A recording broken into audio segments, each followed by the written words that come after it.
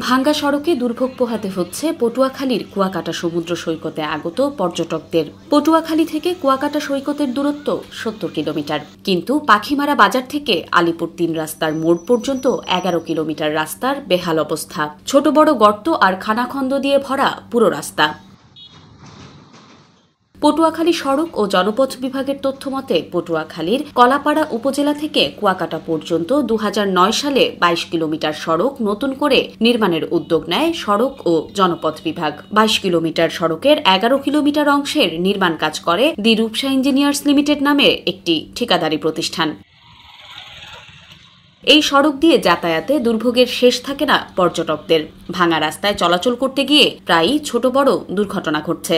ভয় ও জীবনের ঝুঁকি নিয়ে যাতায়াত করতে হচ্ছে পর্যটক ও স্থানীয়দের। এছাড়া চূর্ণ বিচূর্ণ সড়কের ফলে লোকসানের সম্মুখীন হচ্ছে মৎস্য ব্যবসায়ীরা। পাখিমারা হইতে আলিপুর 3 পর্যন্ত রাস্তার যে বেহাল অবস্থা, এর জন্য টুরিস্টের যে ভোগান্তি, মানুষের অ্যাক্সিডেন্ট, মানুষের দৈনিক অ্যাক্সিডেন্ট হইতেছে। একজন যদি রোগী নিয়ে যাবে, তার আগে অনেক লোক মারাও গেছে। আমি কলাপাড়া থেকে কুয়াকাটার উদ্দেশ্যে রওনা করছি, কিন্তু রাস্তাটার পরিস্থিতি এতটা খারাপ যে যাত্রী চলাচলের অনুপযোগী হয়ে গেছে। কোনো যানবাহন চলাচল করতে পারতেছে না।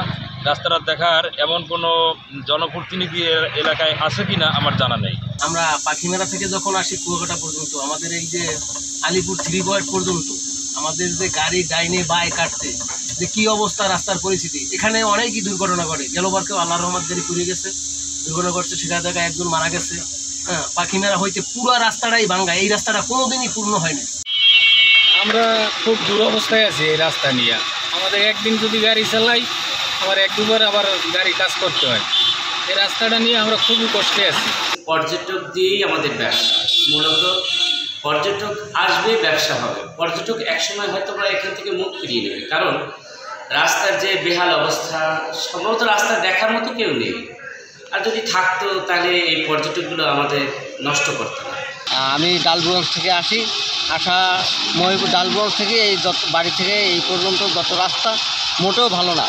প্রায় কুয়াকাটা আসি, তো পাখিমারার থেকে আপনার কুয়াকাটা এই যে পর্যন্ত যে রাস্তাটা, এটা এমন ভাঙা, মানে ওদিক থেকে আসতে যে কষ্ট না হয় তার চেয়ে বেশি কষ্ট হয় একটু জায়গা আসতে। রাস্তা খুবই খারাপ, যে গাড়ি থেকে আসতে অনেক সমস্যা হয়েছে। যে এত দূর থেকে জার্নি করে সারা শরীর ব্যথায়, যে সারা শরীর ব্যথায় খুব ক্লান্ত হয়ে গেছে। দেশের বৃহৎ মৎস্য বন্দর আলিপুর ও মহিপুর। বঙ্গোপসাগরে হাজার হাজার জেলেরা তাদের শিকার করা মাছ নিয়ে আসে এই মৎস্য বন্দরে। এখান থেকে দেশের বিভিন্ন জায়গা সহ বিদেশে রপ্তানি হয় এ সমস্ত মাছ। কিন্তু ভাঙ্গা সড়কের দুরবস্থার কারণে সময় মতো মাছ নিয়ে পৌঁছাতে না পারায় অনেক সময় মাছ পচে যায় বলে জানান মৎস্য বন্দরের আড়তদাররা।